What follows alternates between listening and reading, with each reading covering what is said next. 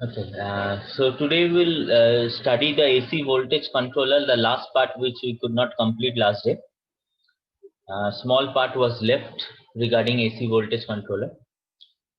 We had seen that I had told you that there are two different methods of controlling your AC voltage controller.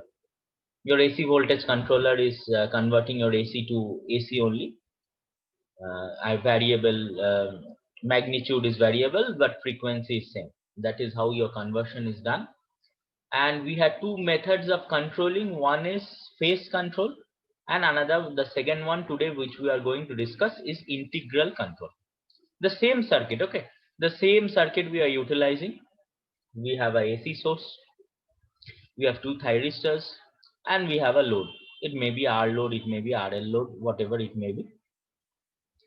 So we are using the same circuit, and the control topology that is used for controlling this thyristors T1 and T2 is used over here is integral cycle control. So what does that integral cycle control means? It means that we are switching on the supply. Okay, we are switching on the supply to the load. That means the source is connected to the load for an integral number of cycles. For some number of total number of cycles, your source will be connected to the load, and for some amount of total number of cycles, this source will be disconnected from the load. So we are talking about cycle as a whole, one cycle, one full sine wave as a whole.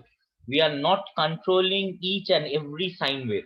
So we are taking a group of maybe 5, 6, 7, maybe 3, 4 sine waves as a total and controlling them as a whole. That's why we are calling it as integral cycle control. So this source is connected to the load for an integral number of cycles, and then this source is switched off or disconnected from the load for some integral number of cycles.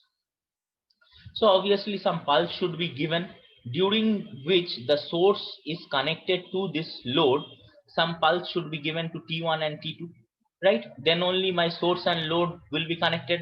And if my source and load has to be disconnected, I have to remove the pulse from this T1 and T2.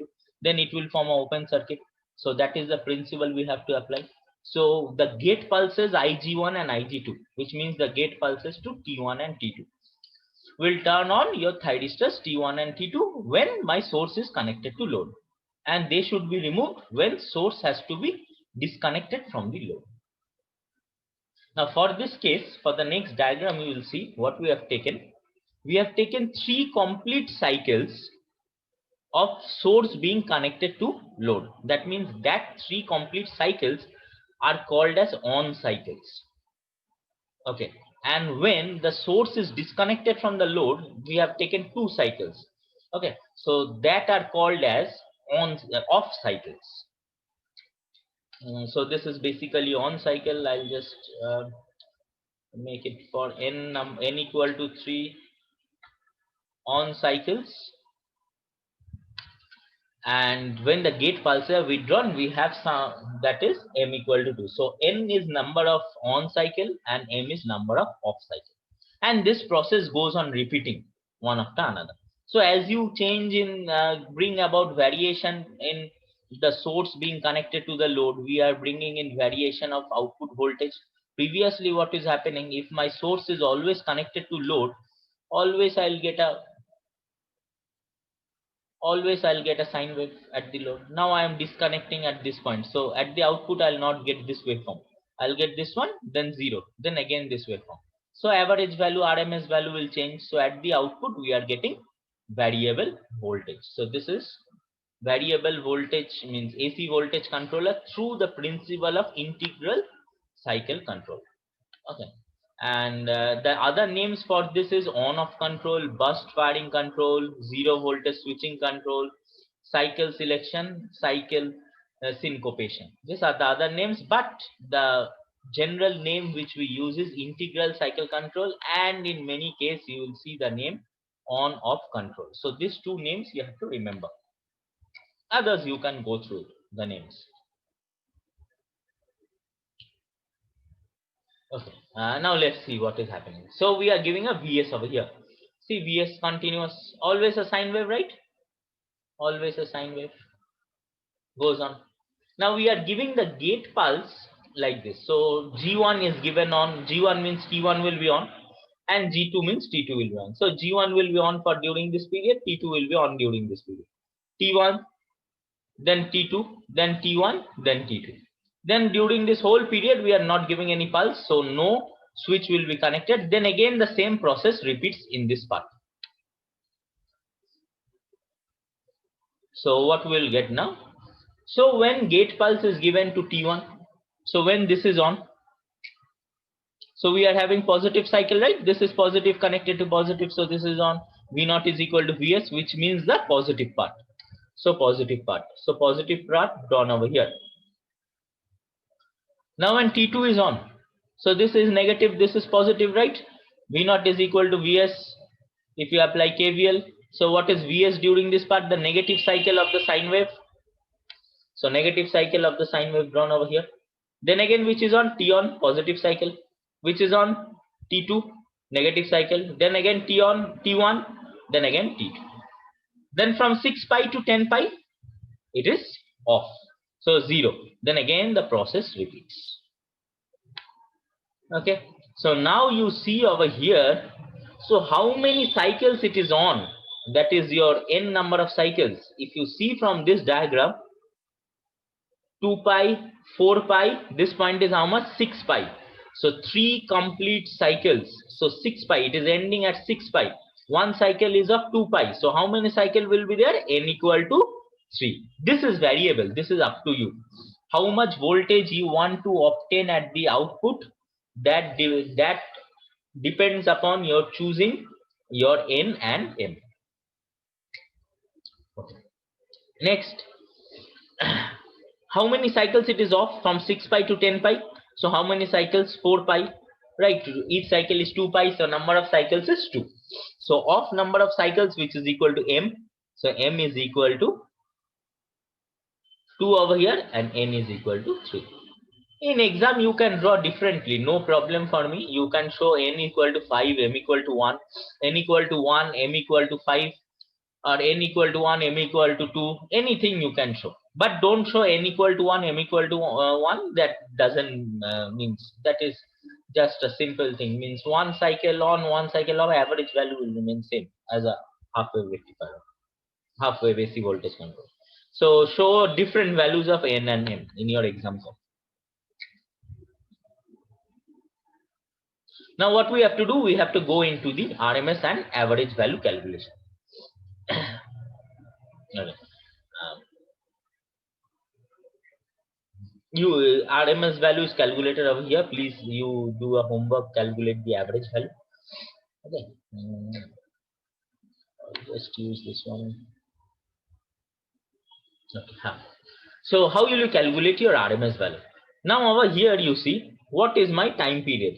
This total, right? Up to 10 pi. This up to 10 pi only repeats again over here. So what is each cycle is sine wave cycle is 2 pi. So how much you have to multiply with 2 pi in order to get 10 pi? 5. What is this 5? N plus M, right? N is 3, M is 2. N is 3, M is 2. So my time period is 1 by 2 pi into 5, and in generalized form it is N by N plus M. So that's why 1 by 2 pi into N plus M. Okay, next. How many on cycles are there? That much only you have to integrate. You can't integrate 0 to 10 pi. You have to integrate how much? You have to integrate 0 to 10 pi, no problem. But you have to break this limit, right? Because 6 pi to 10 pi is 0. So 0 to 6 pi. So this limit should be 0 to 6 pi. Now, how many 0 to 6 pi are there? 3 times, right? 3 cycles are there. So can I write like this? N times of that. So n times of 0 to 2 pi. That means three different. You are basically what you are doing. You are adding this Vm square sine square omega t as sine square omega t for n number of times, because there are n number of on cycles. So that's why we are multiplying with by n. Then you do the calculations. Everything I'm not going now. You can get Vs root k. This is called root k. Okay, just go through it. I think some formula. I'll just correct the formula and send it to you. I think this is this will be Vm by root 2 n by n plus m, because already a half is there already over here. So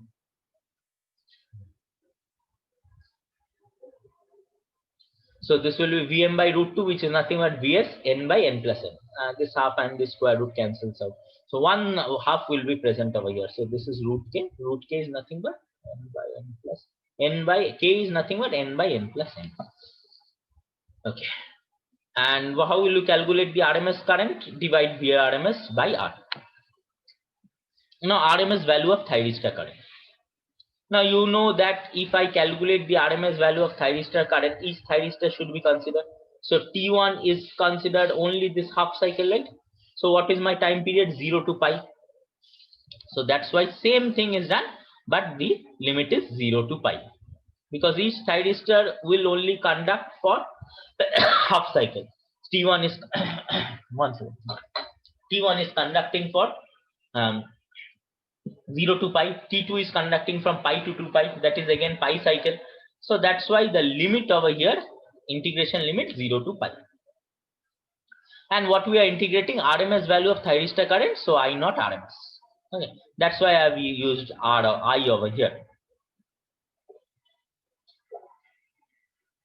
Do the integration. You will get Im root k by 2.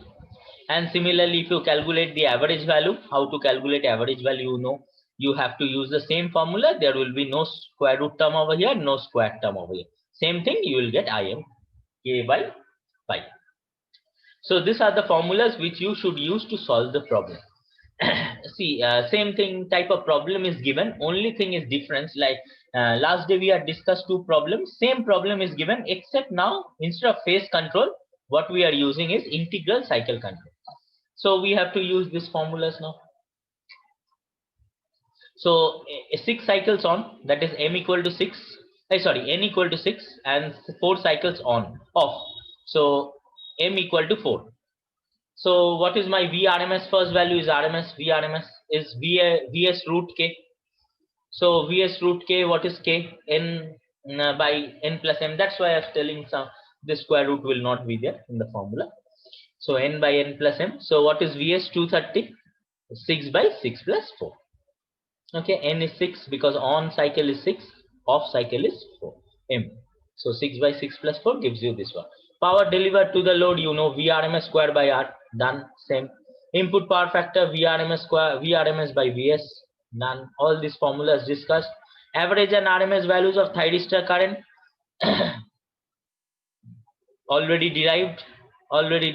Put the formulas, except we have to find out Im. So how you want to find out Im?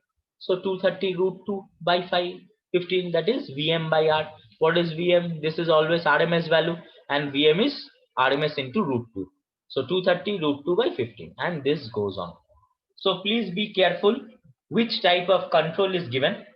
According to that, use your formula.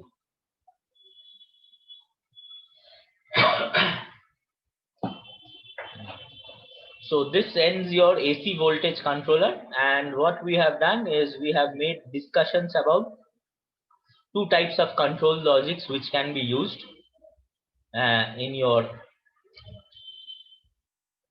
controlling the thyristors which are connected in the circuit. One is phase control, that is you are controlling each and every cycle of your sine wave, and over here integral cycle control. We are considering a many number of sine waves as a total, and then segregating those a very large number of sine waves into some on and off cycles. So that is the principle used over here.